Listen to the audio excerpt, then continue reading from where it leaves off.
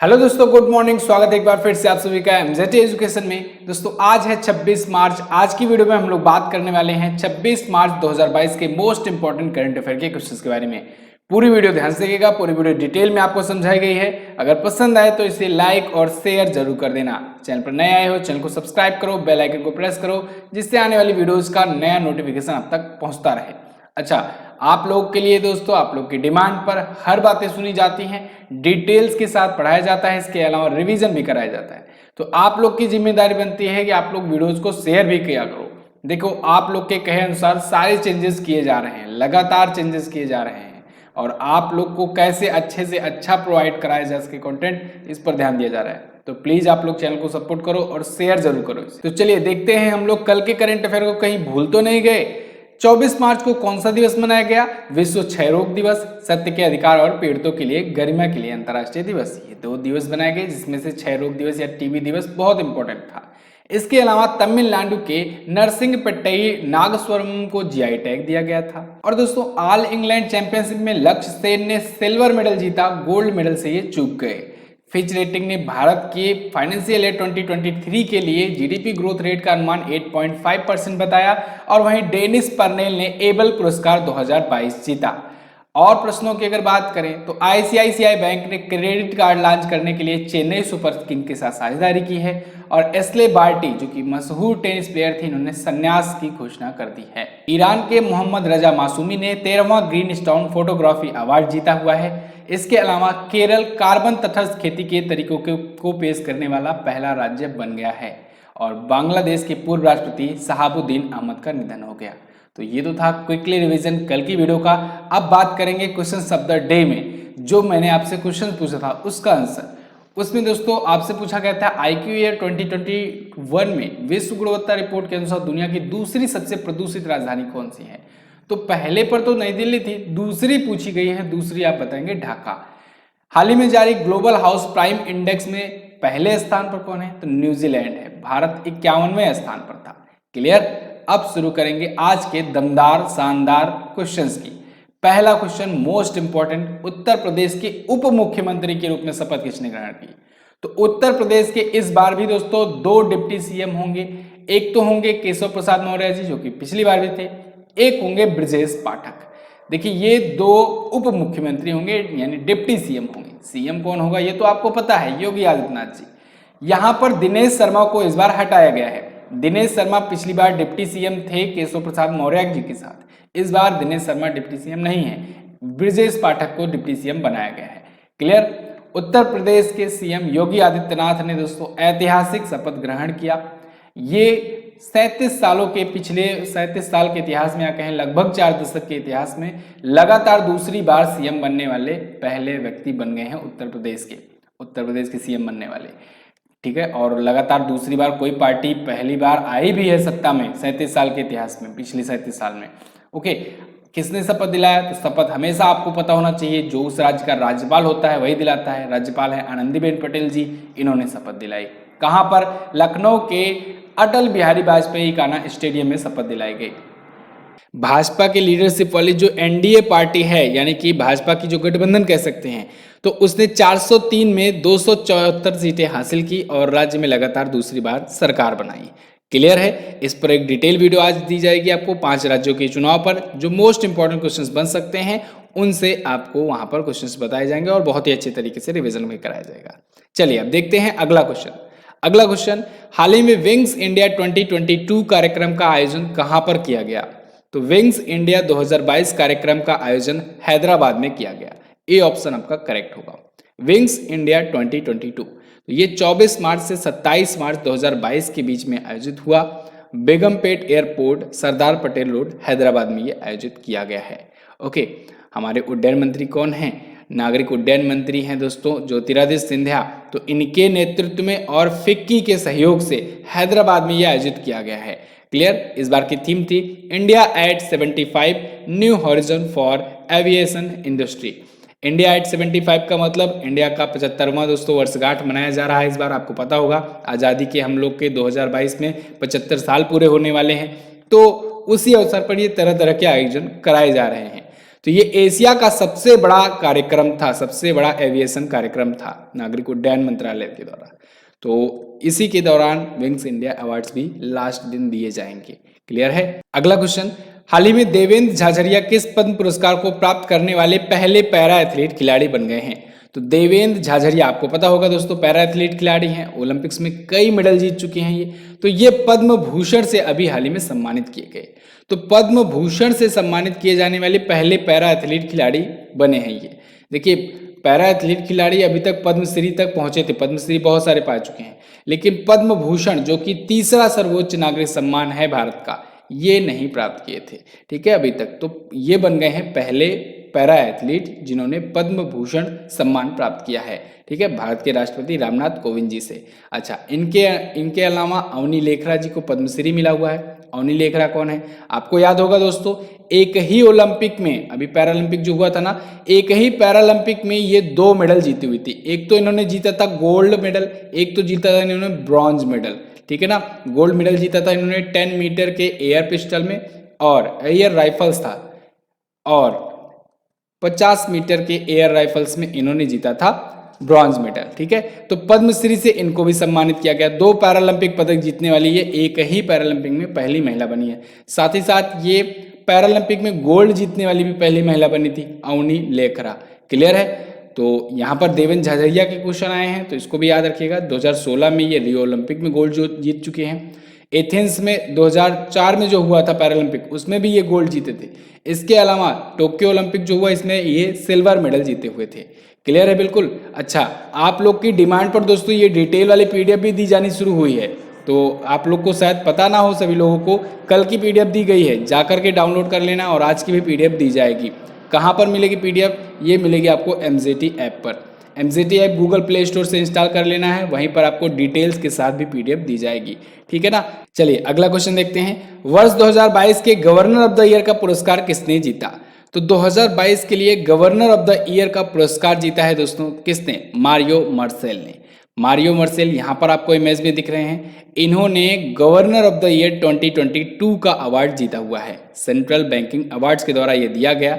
ये central bank of chilli, जिसका नाम है बैंको सेंट्रल डी चिली, वहाँ की लैंग्वेज में है, तो इसके गवर्नर हैं। 2016 से ही इस पद पर हैं और इन्होंने अभी जीता है गवर्नर ऑफ द ईयर 2022 का पुरस्कार। अगला क्वेश्चन, हाल ही में प्राइम मिनिस्टर मोदी जी ने विप्लोबी भारत गैलरी का उद्घाटन कहाँ पर किया है? तो विप्लोबी भारत गैलरी का उद्घाटन दोस्तों किया गया पश्चिम बंगाल में। पश्चिम बंगाल में प्राइम मिनिस्टर नरेंद्र मोदी जी ने विक्टोरिया मेमोरियल हॉल, जो कि कोलकाता में स्थित है, तो वहां पर इसका उद्घाटन किया है, इस नई गैलरी का। प्राइम मिनिस्टर नरेंद्र मोदी जी ने वर्चुअली इसका उद्घाटन किया हुआ है। क्यों उसका उद्घाटन किया गया है, यानी उद्देश्य क्या था? तो इस गैलरी में दोस्तों 1947 तक की जो घटनाएं थी, उनमें क्रांतिकारियों ने क्या क्या योगदान दिया था, क्रांतिकारियों का क्या कंट्रीब्यूशन रहा था, भगत सिंह जैसे लोगों का क्या कंट्रीब्यूशन रहा था, इसको दिखाया गया है। ठीक है, तो अभी 23 मार्च को शहीद दिवस के अवसर पर विक्टोरिया मेमोरियल हॉल कोलकाता में, जो कि पश्चिम बंगाल में स्थित है, विप्लोबी भारत गैलरी का उद्घाटन किया किसने? प्राइम मिनिस्टर नरेंद्र मोदी जी ने। पश्चिम बंगाल आया है, पश्चिम बंगाल के बारे में जानते चलते हैं। पश्चिम बंगाल आप देखोगे मैप में, यहाँ पर है। कहाँ पर है? उड़ीसा के बगल इस साइड में है पश्चिम बंगाल। अपना बॉर्डर किससे किससे शेयर कर रहा है? ये एक तो बांग्लादेश से शेयर करता है, ये तो अलग ही देश हो गया। इसके अलावा ये झारखंड से और उड़ीसा से बॉर्डर शेयर करता है, बिहार से भी बॉर्डर शेयर करता है, सिक्किम से भी शेयर करता है और असम से भी शेयर करता है। बहुत सारे लोग बस यही इतना ध्यान रखते हैं अपने माइंड में जब उनसे पूछा जाता तो, लेकिन याद रखना है बंगाल जो है ये असम से भी बॉर्डर शेयर करता है और साथ साथ सिक्किम से भी बॉर्डर शेयर करता है अपना। और अक्सर ये क्वेश्चन लोग गलत करके आ जाते हैं। कोलकाता इसकी राजधानी है। ममता बनर्जी जी AITC यानी all India Trinamool Congress party से यहाँ की सीएम है। जयदीप धनखड़ जी यहाँ के गवर्नर है। न्यायाधीश हैं प्रकाश श्रीवास्तव। सुंदरवन का राष्ट्रीय उद्यान याद रखना है। बक्सा टाइगर रिजर्व बहुत पूछा जाता है, इसको भी याद रखना है। अगला क्वेश्चन, मारुति सुजुकी के नए MD और CEO कौन नियुक्त किए गए? तो मारुति सुजुकी के नए MD और CEO नियुक्त किए गए हिसाशी टेकुची। कौन? Hisashi Takeuchi. यहाँ पर आपको इमेज में दिख रहे हैं, ये मारुति सुजुकी के नए मैनेजिंग डायरेक्टर और चीफ एग्जीक्यूटिव ऑफिसर होंगे। इनको अगले 3 वर्षों के लिए नियुक्त किया गया है। किसकी जगह पर आए हैं? केनिची आयुकावा की जगह पर आए हुए हैं।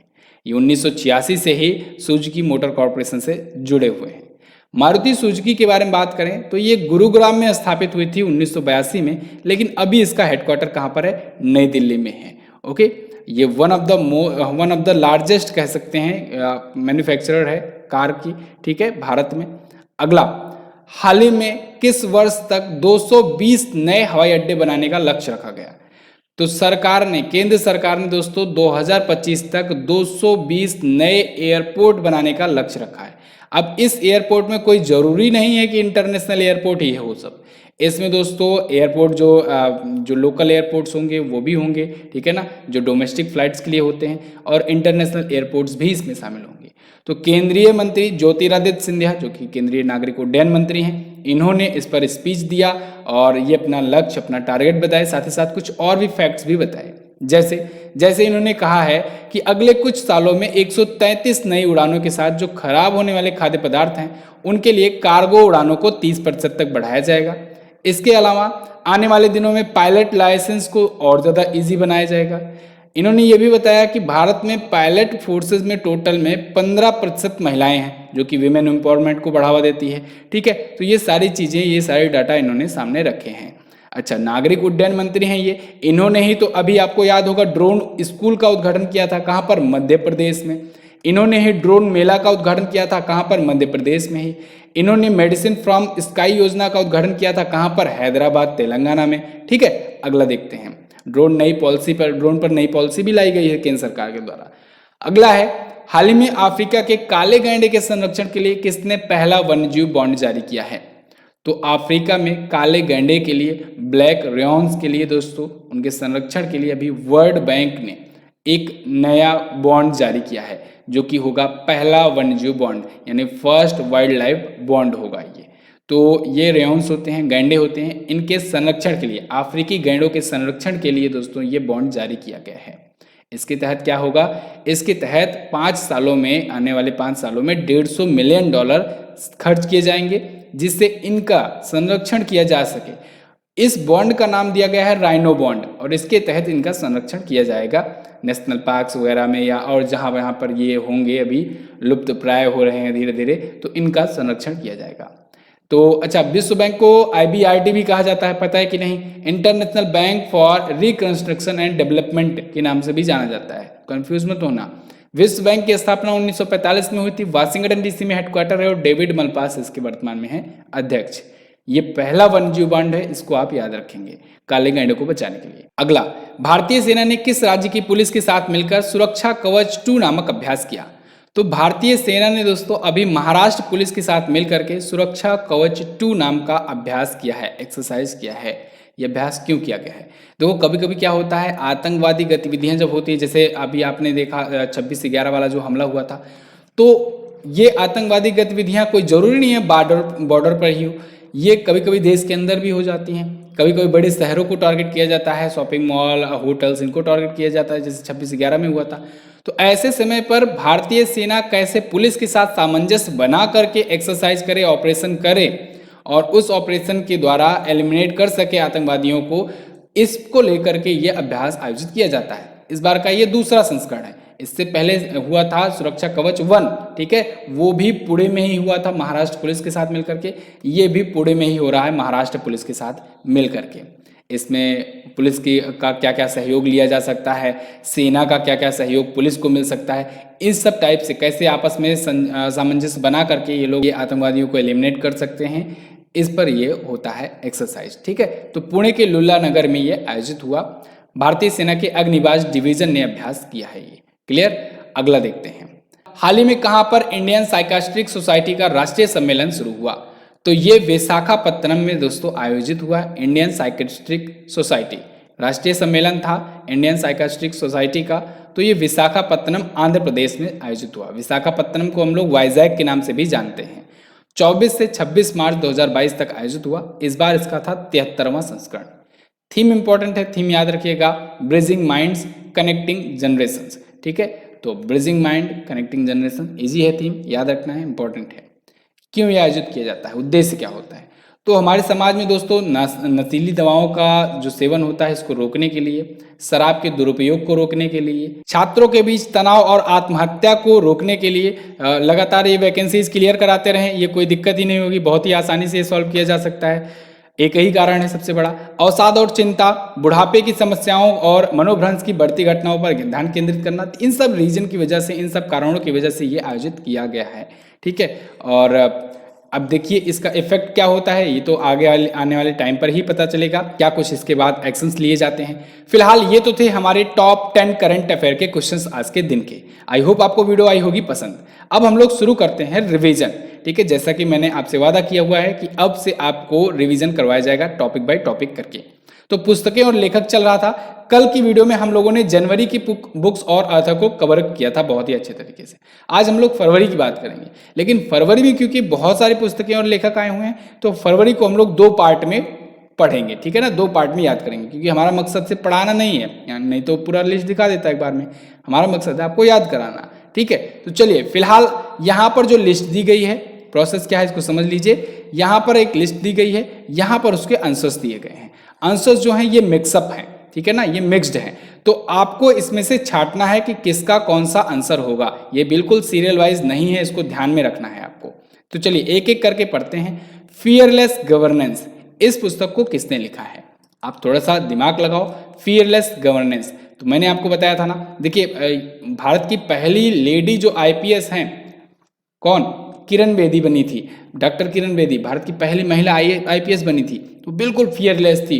वो फियरलेस इतना थी कि इंदिरा गांधी की कार को भी एक बार रुकवा दी थी। ठीक है ना, तो उसी पर देखिए फियरलेस गवर्नेंस नाम की पुस्तक लिखी गई है। ठीक है ना, यानी कि फियरलेस गवर्नेंस के लेखक कौन है? किरण बेदी जी हैं। किरण बेदी कहाँ गई? यहाँ पर हैं, तो किरण बेदी का नाम लगा लेना। थोड़ा सा कलर चेंज कर लें जिससे आसान हो जाए आपको। तो इन पर आप लिख दो 1। चलो, ऑपरेशन खत्म, ऑपरेशन खत्म किसने लिखा?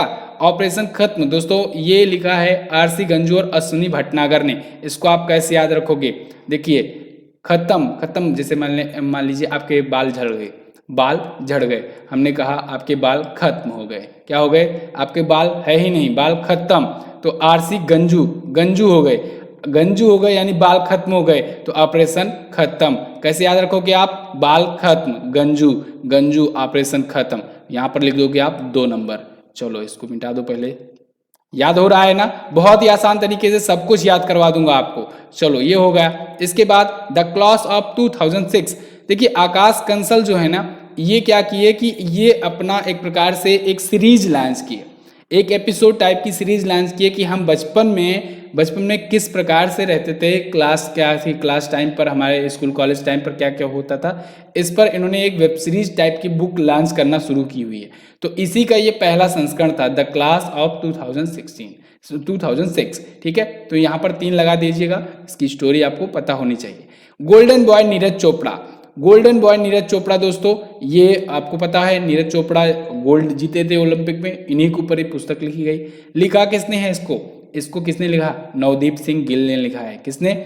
नवदीप सिंह गिल ने लिखा है। ठीक है, गिल से गोल्ड, गिल गोल्ड। ठीक है, यहां से आप लिंक कर पाओगे।